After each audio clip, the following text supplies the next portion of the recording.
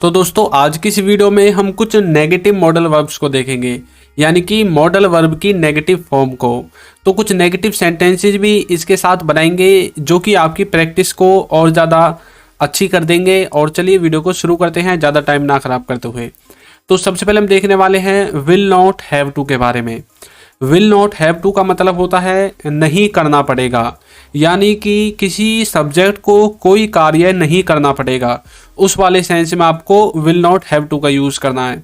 वैसे यदि हम विल हैव टू का यूज़ करेंगे तो उसका मतलब है कि आपको फ्यूचर में कोई कार्य करना पड़ेगा, और विल नॉट हैव टू उसका नेगेटिव हो जाएगा, मतलब नहीं करना पड़ेगा। स्ट्रक्चर देखिए, स्ट्रक्चर में सबसे पहले सब्जेक्ट आएगा, फिर लिखना है आपको विल नॉट हैव टू को, उसके बाद वर्ब की फर्स्ट फॉर्म, फिर आपका ऑब्जेक्ट आएगा। देखिए कैसे, उसे नहीं जाना पड़ेगा या फिर उसे जाना नहीं पड़ेगा, कैसे भी आप बोल सकते हैं। इंग्लिश बनेगी he will not have to go. अब देखिए सब कुछ सेम है, सिर्फ इसमें दो वर्ड जुड़े हैं, एक ही जो आपका सब्जेक्ट है और लास्ट में गो जो कि आपकी एक तरह से वर्ब है यहाँ पर। तो he will not have to go, उसे जाना नहीं पड़ेगा या फिर उसे नहीं जाना पड़ेगा, इस तरह से। नेक्स्ट है तुम्हें नहीं खेलना पड़ेगा या फिर तुम्हें खेलना नहीं पड़ेगा। तो इंग्लिश कैसे बनेगी, you will not have to play, you will not have to play, तुम्हें खेलना नहीं पड़ेगा, इस तरह से। नेक्स्ट है उन्हें देखना नहीं पड़ेगा या फिर उन्हें नहीं देखना पड़ेगा। तो कैसे बोलोगे, बोलोगे they will not have to watch. तो इस तरह से जब फ्यूचर में किसी सब्जेक्ट को कोई कार्य नहीं करना पड़ेगा, वहाँ पर आपको आंख बंद करके इस वाले जो हेल्पिंग वर्ब है इसको लिख देना है विल नॉट हैव टू को। तो इस तरह से आप इसे समझोगे। तो चलिए नेक्स्ट देखते हैं। नेक्स्ट है आपका वुड नॉट हैव।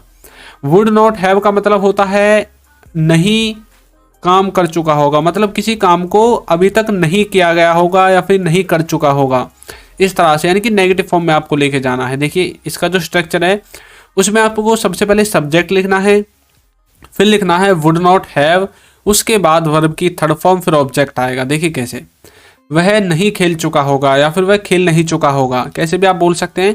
और ये जो बात है इस बात को हम प्रेजेंट से रिलेट करके बोलेंगे कि प्रेजेंट तक वो नहीं खेल चुका होगा या फिर अभी तक उसने खेला नहीं होगा, ऐसे भी आप बोल सकते हैं। तो कैसे बोलोगे, he would not have played, he would not have played, यानी कि वह अभी तक खेला नहीं होगा, इस तरह से बोलना चाहते हैं। नेक्स्ट है वो नहीं देख चुके होंगे या फिर वो देख नहीं चुके होंगे। तो कैसे बोलोगे, they would not have seen, इस तरह से, यानी कि वो अभी तक नहीं देख चुके होंगे। तो हम प्रेजेंट को लेकर जब बात करते हैं कि कोई किसी कार्य को कर चुका होगा या फिर नहीं कर चुका होगा, यदि हम इन्हीं सेंटेंसेस को सिंपल में बोले तो बोलेंगे वह खेल चुका होगा। तो कैसे बोलोगे, ही वुड हैव प्लेड, मतलब प्रेजेंट तक वो खेल चुका होगा, और हमने इसका नेगेटिव बना दिया कि वो नहीं खेल चुका होगा। तो कैसे बोलोगे, he would not have played, इस तरह से। तो वुड नॉट हैव भी आपके समझ में आ गया होगा, मतलब कोई सब्जेक्ट किसी कार्य को नहीं कर चुका होगा या फिर किसी ने कोई कार्य नहीं किया होगा, इस वाले सेंस में। ये आपके ऊपर डिपेंड करता है लास्ट में चुका होगा आपको लगाना है या नहीं लगाना। मेन फोकस तो आपकी बात पर होता है कि आप अपने सेंटेंस को, अपने वाक्य को किस सेंस में बोलना चाहते हैं। ये तो सिर्फ आपकी एक तरह से याद रखने के लिए बना दी गई, लास्ट में चुका होगा, चुकी होगी, चुके होंगे, लिया होगा, दिया होगा, इनसे आप सेंटेंस नहीं बना सकते, सिर्फ आप इनसे याद रख सकते हैं।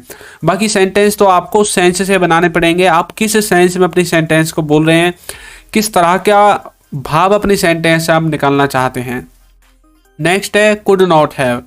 कुड नॉट हैव का मतलब होता है नहीं कर सकते थे या फिर कर नहीं सकते थे, कुछ भी बोल सकते हैं आप, जैसे कि हिंदी को घुमा फिरा कर बोलते हैं उसी तरह से आप इसे भी बोल सकते हैं।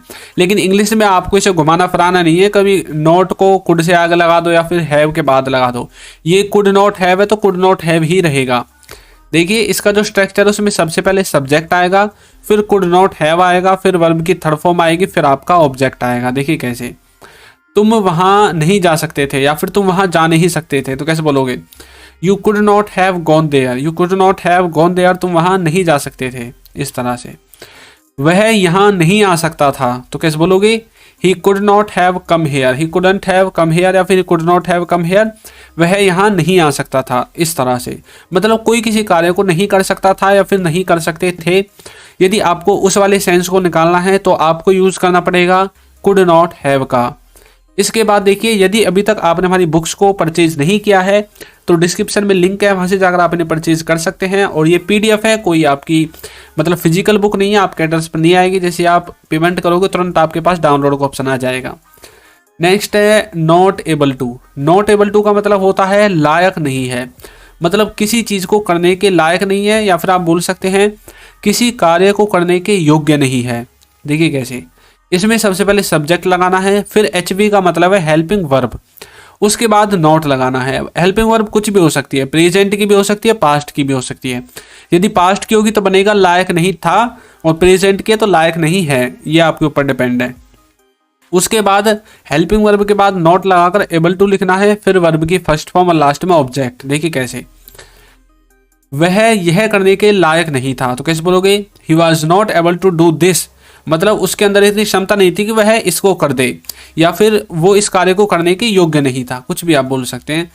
नेक्स्ट है तुम वहां नहीं जा सकते। अब देखिए, ये वाला जो मैंने लिखा है कि तुम वहां नहीं जा सकते, इसका मतलब ये नहीं है कि मैं इसमें कैन से बोल दूंगा, मैं इसको कैन से बना सकता हूं। लेकिन यदि मैं ये दिखाना चाहता हूं कि तुम वहां जाने के योग्य नहीं हो, तुम वहां जाने के लायक नहीं हो, तब आपको एबल टू का यूज करना है नॉट लगाकर। तो you are not able to go there, यानी कि तुम वहां जाने के योग्य नहीं हो, तुम वहां नहीं जा सकते। वैसे आप इसे कैन से बना सकते हैं, लेकिन कैन आपकी योग्यता को ही दिखाता है, लेकिन यदि आप एबल टू का यूज करोगे तब अच्छा रहेगा। मैंने आपको हमेशा बताया है कि आपको वाक्य के लास्ट के अक्षरों पर नहीं जाना है कि सकता है, लायक है, नहीं है, क्या है। आपको उसका सेंस देखना है कि भाई आप उस सेंटेंस के द्वारा बोलना क्या चाहते हैं, इस तरह से आपको समझना है। नेक्स्ट है आप वह नहीं कर पाओगे। अब फिर से देखिए, मैंने उसकी क्षमता के बारे में बात कर दी कि आपके करने के वो बस की नहीं है, या फिर आप उसे नहीं कर पाओगे, कुछ भी बोल सकते हैं। तो इसमें बोलोगे you are not able to do that, you are not able to do that, आप वह नहीं कर पाओगे, you are not able to do that. तो इस तरह से नॉट एबल टू का आपको यूज करना है। तो इसका मतलब है लायक नहीं है या फिर योग्य नहीं है। अब हमारा नेक्स्ट है यूज्ड टू। यूज्ड टू का मतलब होता है पास्ट में कोई कार्य किया करता था, लेकिन यदि हम इसमें नॉट लगाएंगे तो इसका सेंस लिख लेगा नहीं किया करता था, मतलब पास्ट में किसी कार्य को वो डेली बेसिस पर नहीं किया करता था। जैसे हम स्कूल नहीं जाया करते थे, वह बाइक नहीं चलाया करता था, वह रोज नहाया नहीं करता था, मतलब कोई कार्य रेगुलर बेसिस पर पास्ट में नहीं किया करता था, तब आपको यूज्ड टू का यूज करना है। इसमें आपको सब्जेक्ट को सबसे पहले लिखना है, और जब आप इसकी नेगेटिव फॉर्म बनाओगे तो आपको डिड नॉट यूज टू का यूज करना है। देखिए ये यूज्ड यूज में क्यों बदल गया, आपको पता होगा डू डज और डिड के साथ हमेशा वर्ब की फर्स्ट फॉर्म आती है, तो यूज्ड की फर्स्ट फॉर्म यूज है, तो इसलिए हमने इसमें यूज का यूज कर दिया। उसके बाद आपको टू लगाकर वर्ब की फर्स्ट फॉर्म और ऑब्जेक्ट लिखना है। देखिए कैसे, हम नहीं जाया करते थे, तो कैसे बोलोगे, we did not use to go, हम नहीं जाया करते थे, हम वहाँ नहीं जाया करते थे। We did not use to go there, हम वहाँ पर नहीं जाया करते थे। नेक्स्ट है हम इंग्लिश नहीं पढ़ा करते थे, तो बोलोगे we did not use to study English, we did not use to study English, मतलब हम इंग्लिश नहीं पढ़ा करते थे। तो इस तरह से आपको यूज्ड टू को नॉट लगाकर लिखना है, यानी कि यूज टू लगाकर। तो इसका मतलब है नहीं किया करते थे कोई कार्य, तो ये भी समझ में आ गया होगा। तो अब नेक्स्ट है आपका would not be. Would not be का मतलब होता है नहीं होगा, मतलब कोई किसी कार्य को या तो नहीं कर रहा होगा या फिर कोई कहीं पर नहीं होगा, ये दोनों ही इसके सेंस होंगे। इसका जो स्ट्रक्चर है उसमें सबसे पहले सब्जेक्ट आता है, फिर वुड नॉट भी आएगा, फिर अदर वर्ड्स आ जाएंगे, जो भी आपके अदर वर्ड्स हैं। अदर वर्ड्स का मतलब है सेंटेंस में जो भी कुछ बच जाता है, इनके अलावा सब्जेक्ट और वुड नॉट बी के अलावा सब कुछ लास्ट में लिखना है। वह घर पर नहीं होगा, मैंने भी आपको बताया था कि कोई कहीं पर नहीं होगा, तब भी आपको इसको यूज करना है। तो बोलोगे he would not be at home, यानी कि वह घर पर नहीं होगा। पापा ऑफिस में नहीं होंगे, तो पापा would not be in office, पापा ऑफिस में नहीं होंगे, पापा would not be in office. तो इस तरह से आपको वुड नॉट बी का यूज करना है, कोई कहीं पर नहीं होगा उस वाले सेंस को बताने के लिए। तो ये भी आपके समझ में आ गया होगा। अब नेक्स्ट है हमारा can not be. Can not be का मतलब क्या होता है, एक बात आपको याद रखनी है, ये जो कैन और नॉट है ये हमेशा एक साथ रहेंगे, कभी आप इनको कैन को अलग कर दो और नॉट को अलग कर दो, जब गलत हो जाएगा आपको एक साथ इनका यूज करना है। इसका मतलब होता है नहीं हो सकते हैं। इसमें आपको सबसे पहले सब्जेक्ट, फिर कैन नॉट बी और अदर वर्ड्स आपको सबसे लास्ट में लिखने हैं। वह घर पर नहीं हो सकता है, तो कैसे बोलोगे he can not be at home, he can not be at home, mummy रसोई में नहीं हो सकती है, तो mummy can not be in kitchen, mummy can not be in kitchen. तो इस तरह से कोई कहीं पर नहीं हो सकता है, उस वाले सेंस में आपको यूज करना है कैन नॉट बी का। अब नेक्स्ट है आपका इसमें कुड नॉट। इसका मतलब होता है नहीं सका या फिर नहीं पाया। इसका मतलब कोई किसी कार्य को नहीं कर सका या फिर कोई किसी कार्य को नहीं कर पाया। ये दोनों ही आपके कुड नॉट के सेंस होंगे। इसके स्ट्रक्चर सबसे पहले सब्जेक्ट आएगा, फिर कुड नॉट आएगा, फिर वर्ब की फर्स्ट फॉर्म और फिर आपका आ जाएगा ऑब्जेक्ट। देखिए कैसे, इसमें सबसे पहले सब्जेक्ट आता है, फिर आता है कुड नॉट, उसके बाद वर्ब की फर्स्ट फॉर्म और फिर आपका ऑब्जेक्ट आएगा। मैं नहीं कर सका या फिर मैं नहीं कर पाया, तो कैसे बोलोगे आई कुड नॉट डू या फिर आई कुडंट डू। नेक्स्ट है वो नहीं जा पाया, तो बोलोगे ही कुडंट गो या फिर ही कुड नॉट गो। वो देख नहीं सका या फिर वो देख नहीं पाया, तो या फिर वो देख नहीं सकी, जो भी आपको बोलना है, तो यहाँ पर बोलना है ही कुड नॉट सी। तो इस तरह से आपको कुड नॉट का यूज करना है। नेक्स्ट है should not B. Should not be का मतलब होता है नहीं होना चाहिए या फिर नहीं रहा होना चाहिए। ये दोनों ही इसके सेंस है, नहीं होना चाहिए या फिर नहीं रहा होना चाहिए। स्ट्रक्चर में सबसे पहले सब्जेक्ट है, फिर शुड नॉट बी है, फिर अदर वर्ड्स हैं। उसे घर पर नहीं होना चाहिए, तो बोलोगे he should not B at home, he should not B at home. उसे घर पर नहीं होना चाहिए। उन्हें खेल नहीं रहा होना चाहिए, तो बोलोगे they should not be playing, they should not be playing. उन्हें नहीं खेल रहा होना चाहिए। तो इस तरह से किसी को कहीं पर नहीं होना चाहिए या फिर किसी कार्य को नहीं कर रहा होना चाहिए, दोनों में आप यूज करोगे शुड नॉट बी का। नेक्स्ट है not about to. Not about to का मतलब है नहीं होने वाला है, मतलब कोई कार्य नहीं होने वाला है। इसमें सबसे पहले सब्जेक्ट है, फिर इजएमआर और वाजवर। इनमें से कोई एक, प्रेजेंट है तो इजएमआर, पास्ट है तो वाजवर।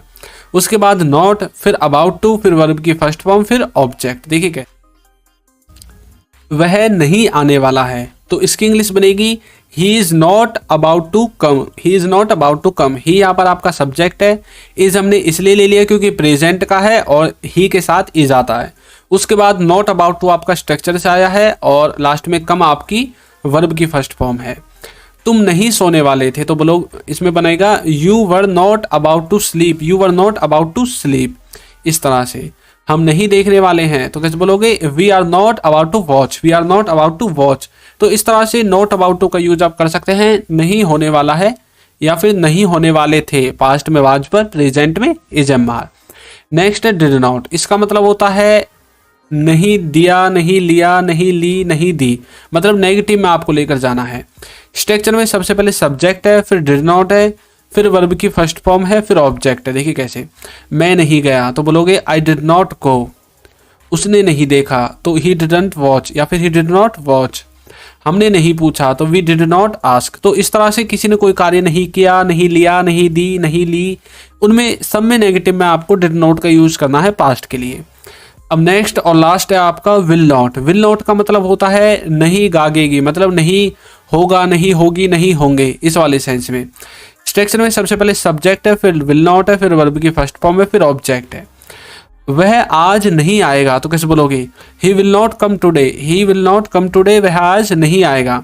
वो टीवी नहीं देखेगा, तो कैसे बोलोगे he will not watch TV, he will not watch TV, वो टीवी नहीं देखेगा। हम स्कूल नहीं जाएंगे, तो बोलोगे we will not go to school, we will not go to school, हम स्कूल नहीं जाएंगे। तो इस तरह से आपको विल नॉट को समझ लेना है। तो दोस्तों अब आपकी प्रैक्टिस के लिए मैंने आपको एक सेंटेंस दिया है और इसको आपको कमेंट बॉक्स में सॉल्व करके बताना है। ये है वो नहीं जा पाएगा, तो इसको आपको सॉल्व करके कमेंट बॉक्स में जवाब देना है। तो देखते हैं कितने बच्चों ने वीडियो को ध्यान से देखा है और कितने बच्चे वीडियो को कुछ सीख रहे हैं देखकर। तो वीडियो आपको कैसी लगी है जरूर बताइएगा, और यदि अभी तक आपने हमारे चैनल को सब्सक्राइब नहीं किया है तो चैनल को सब्सक्राइब कर दीजिए, वीडियो को लाइक कर दीजिए और एक अच्छा सा कमेंट करना बिल्कुल ना भूले। Thank you.